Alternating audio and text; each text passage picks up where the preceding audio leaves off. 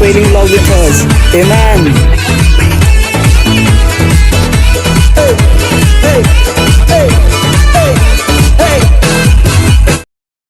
ಈ ಸೇವೆಗಾಗಿಯೂ ದೇವರು ಕೊಟ್ಟಂತಹ ಇವತ್ತಿನ ಸಂದೇಶ ಭಾಗಕ್ಕಾಗಿಯೂ ದೇವರಿಗೆ ಮೊಟ್ಟ ಮೊದಲನೇದಾಗಿ ನನ್ನ ಕೃತಜ್ಞತೆಗಳನ್ನು ಸಲ್ಲಿಸುತ್ತಾ, ಯೇಸು ಕ್ರಿಸ್ತನ ನಾಮದಲ್ಲಿ ಎಲ್ಲ ಆತ್ಮೀಯ ಸಹೋದರ ಸಹೋದರಿಯರಿಗೂ ನನ್ನ ವಂದನೆಗಳನ್ನು ಅರ್ಪಿಸುತ್ತಾ, ಮತ್ತೊಂದು ಹೊಸ ಸಂಚಿಕೆಗೆ ತಮ್ಮೆಲ್ಲರನ್ನ ಪ್ರೀತಿಯಿಂದ ಸ್ವಾಗತಿಸುತ್ತಾ, ಇವತ್ತಿನ ಈ ಸಂಚಿಕೆಯಲ್ಲಿ ಪೌಲನ ಆತ್ಮಿಕ ಪ್ರಯಾಣದ ಮತ್ತಷ್ಟು ಸ್ವಾರಸ್ಯಕರವಾದಂಥ ಸಂಗತಿಗಳನ್ನು ತಿಳಿದುಕೊಳ್ಳೋಣ.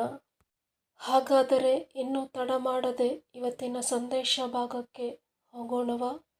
ಇವತ್ತಿನ ಸಂದೇಶ ಭಾಗಕ್ಕಾಗಿ ದೇವರಾತ್ಮನಿಂದ ಪ್ರೇರೇಪಿಸಲ್ಪಟ್ಟು ನಾನು ಆರಿಸಿಕೊಂಡಂತಹ ವಾಕ್ಯ ಭಾಗ ಅಪೊಸ್ತಲರ ಕೃತ್ಯಗಳು 27ನೇ ಅಧ್ಯಾಯ, ದೈವವಚನಗಳು 20ರಿಂದ 25.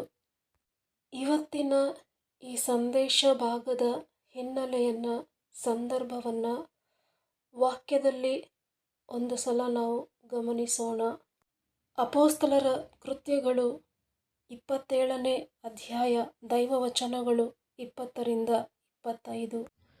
ಅನೇಕ ದಿವಸಗಳ ತನಕ ಸೂರ್ಯನಾಗಲಿ ನಕ್ಷತ್ರಗಳಾಗಲಿ ನಮಗೆ ಕಾಣಿಸದೆ ದೊಡ್ಡ ಬಿರುಗಾಳಿ ನಮ್ಮ ಮೇಲೆ ಹೊಡೆದದ್ದರಿಂದ ತಪ್ಪಿಸಿಕೊಂಡೆವೆಂಬ ಎಲ್ಲಾ ನಿರೀಕ್ಷೆಯು ಅಂದಿನಿಂದ ಕಳೆದು ಹೋಯಿತು. ಅವರು ಬಹುಕಾಲ ಊಟವಿಲ್ಲದೆ ಇದ್ದ ಮೇಲೆ ಪೌಲನು ಅವರ ಮಧ್ಯದಲ್ಲಿ ನಿಂತುಕೊಂಡು, ಎಲೈ ಜನರೇ, ನೀವು ಕ್ರೇತದಿಂದ ಹೊರಟು ಈ ಕಷ್ಟ ನಷ್ಟಗಳಿಗೆ ಗುರಿಯಾಗದಂತೆ ನನ್ನ ಮಾತನ್ನು ಕೇಳಬೇಕಾಗಿತ್ತು. ಈಗಲಾದರೂ ನೀವು ಧೈರ್ಯದಿಂದಿರಬೇಕೆಂದು ನಿಮಗೆ ಬುದ್ಧಿ ಹೇಳುತ್ತೇನೆ. ಹಡಗು ನಷ್ಟವಾಗುವುದೇ ಹೊರತು ನಿಮ್ಮಲ್ಲಿ ಒಬ್ಬರಿಗೂ ಪ್ರಾಣ ನಷ್ಟವಾಗುವುದಿಲ್ಲ.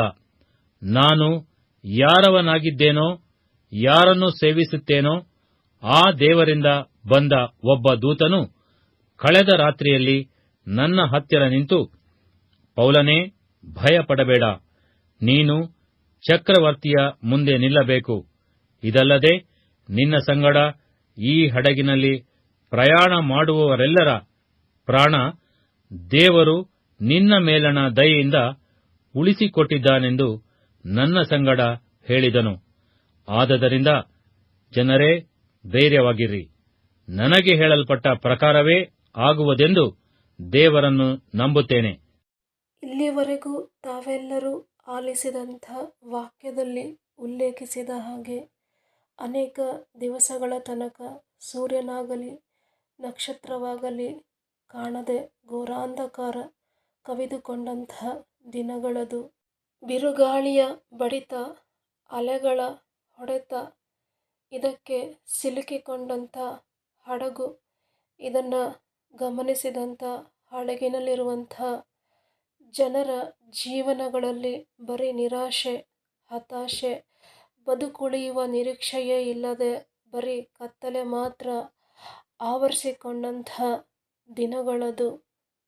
ಇಂತಹ ಸಂದಿಗ್ಧ ಪರಿಸ್ಥಿತಿಯಲ್ಲಿ, ಅಪಾಯಕರವಾದ ಪ್ರಯಾಣದ ಮಧ್ಯದಲ್ಲಿ ಯೇಸುವಿನ ಬೆಳಕಾಗಿ ಅವರ ಮಧ್ಯದಲ್ಲಿ ಪೌಲನು ಆ ಜನರಿಗಾಗಿ ಎದ್ದು ನಿಂತುಕೊಂಡನು.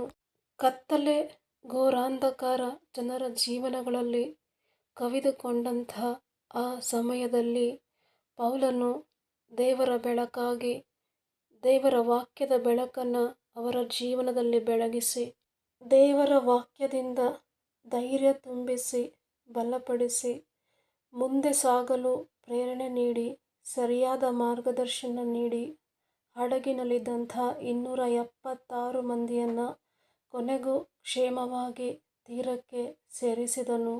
ತಾವೆಲ್ಲರೂ ಆಲಿಸಿದಂಥ ಈ ವಾಕ್ಯದ ಹಿನ್ನೆಲೆಯನ್ನು, ಸಂದರ್ಭವನ್ನು ಆಧಾರ ಮಾಡಿಕೊಂಡು ದೇವರು ಕೊಡುವಂತಹ ಸಂದೇಶ ಇದಾಗಿದೆ. ಒಂದು ವಚನವನ್ನು ಓದಿಕೊಳ್ಳೋಣ. ಅಪೊಸ್ತಲರ ಕೃತ್ಯಗಳು 27ನೇ ಅಧ್ಯಾಯ 20ನೇ ವಚನ.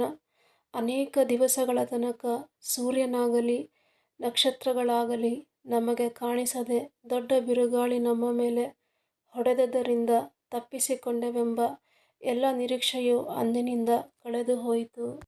ಈಗಾಗಲೇ ಈ ಲೋಕದಲ್ಲೆಲ್ಲ ಕಾರ್ಗತ್ತಲೆ ಕವಿದುಕೊಂಡಿದೆ. ಅನೇಕರು ಈ ಲೋಕದ ಕತ್ತಲೆಯಲ್ಲಿ ಜೀವಿಸುತ್ತಿದ್ದಾರೆ.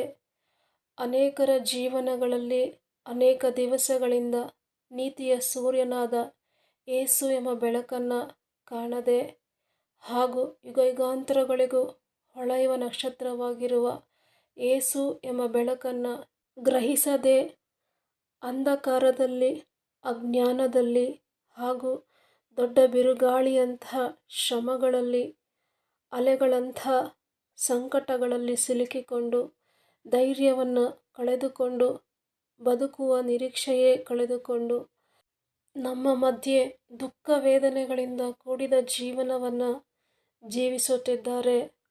ಹಲವಾರು ಜನರು ಈ ಲೋಕದ ಕತ್ತಲೆಯಲ್ಲಿ ಸಿಲುಕಿಕೊಂಡಿರುವಂತಹ ಜನರ ಜೀವನಗಳನ್ನು ಅಂಧಕಾರದಿಂದ ಬಿಡಿಸಿ ಕ್ರಿಸ್ತನ ಬೆಳಕಿನಲ್ಲಿ ಅವರ ಜೀವನಗಳನ್ನು ಬೆಳಗಿಸಿ ಬೆಳಕಿನ ರಾಜ್ಯಕ್ಕೆ ಸೇರಿಸುವಂತಹ ಪೌಲರು ಈ ಲೋಕಕ್ಕೆ ಇವತ್ತು ಸಹ ಬೇಕಾಗಿದ್ದಾರೆ.